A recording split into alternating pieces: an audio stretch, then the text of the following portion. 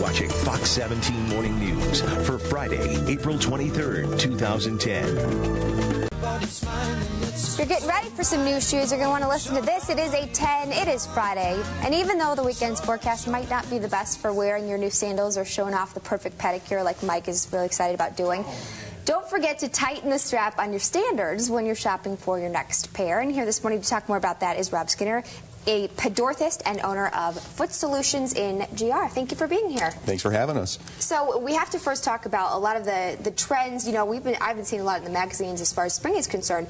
Those platform sandals, the Gladiators are still in, all these straps, and they seem to be either really, really high or completely flat. So what do you look for when you're shopping? Well, I'll tell you, I brought an example of the Gladiator style, and the difference between the flat Gladiator and what you're seeing out there with a heel. The issues that we have with it as far as foot health are concerned is the fact that you have a flat bottom on the sandal. And this does not really allow the human foot to work the way it's designed to work. You used to have the same issue with a number of different shoes out on the market where it's a flat bottom, there's really no arch in there or a little bit of a heel cup to allow the foot to function properly. To kind of show what I'm talking about, I brought a little skeleton foot here.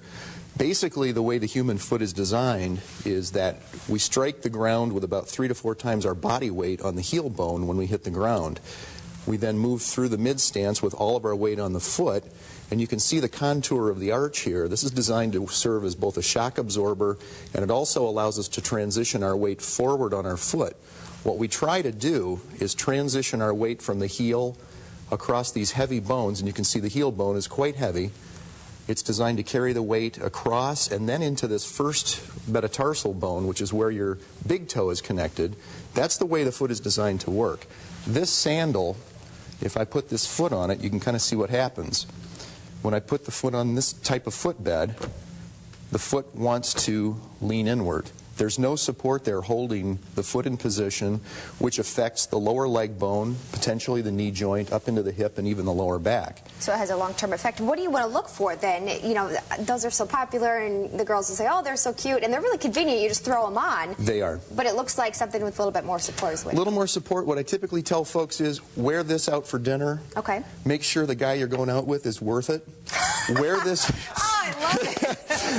and it's true of heels. I mean, heels are wonderful. They look great, but wear them when it makes sense to wear them, right? Okay. Don't wear them all day if you're standing up. Special moment, ladies. Absolutely, absolutely. But what we really look for in a supportive sandal, and many times people stop wearing sandals because of the nature of the flat footbed, and it starts to cause pain as we get a little bit older. It can cause some issues. We look for something that, if we remember the experiment we tried with the Gladiator style, when I put this foot on this well-formed footbed, it holds the foot upright, basically allowing that leg bone into the knee joint to be aligned properly. Many times this will alleviate knee issues, some hip issues, but most of all, you can see the complexity of the human foot.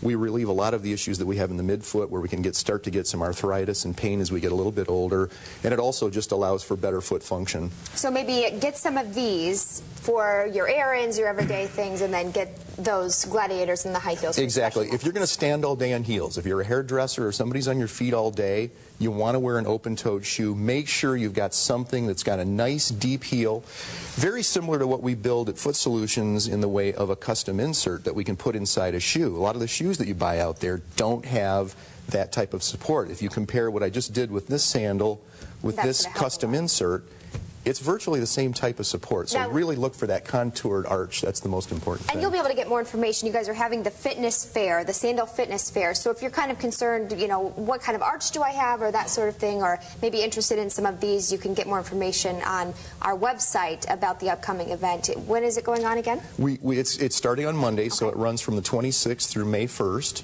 And when folks come in, we're basically going to run them across a digital analyzer where we can actually see how their foot functions, how they're carrying their weight across their foot, and then we make recommendations on proper footwear, especially sandals this time of year. Okay, well, we are running out of time, but if you need any more information about what you should be wearing or the information about the fitness fair for your next sandal, you can find that on our website, fox17online.com. Thank you so much for being here. Thanks for having us.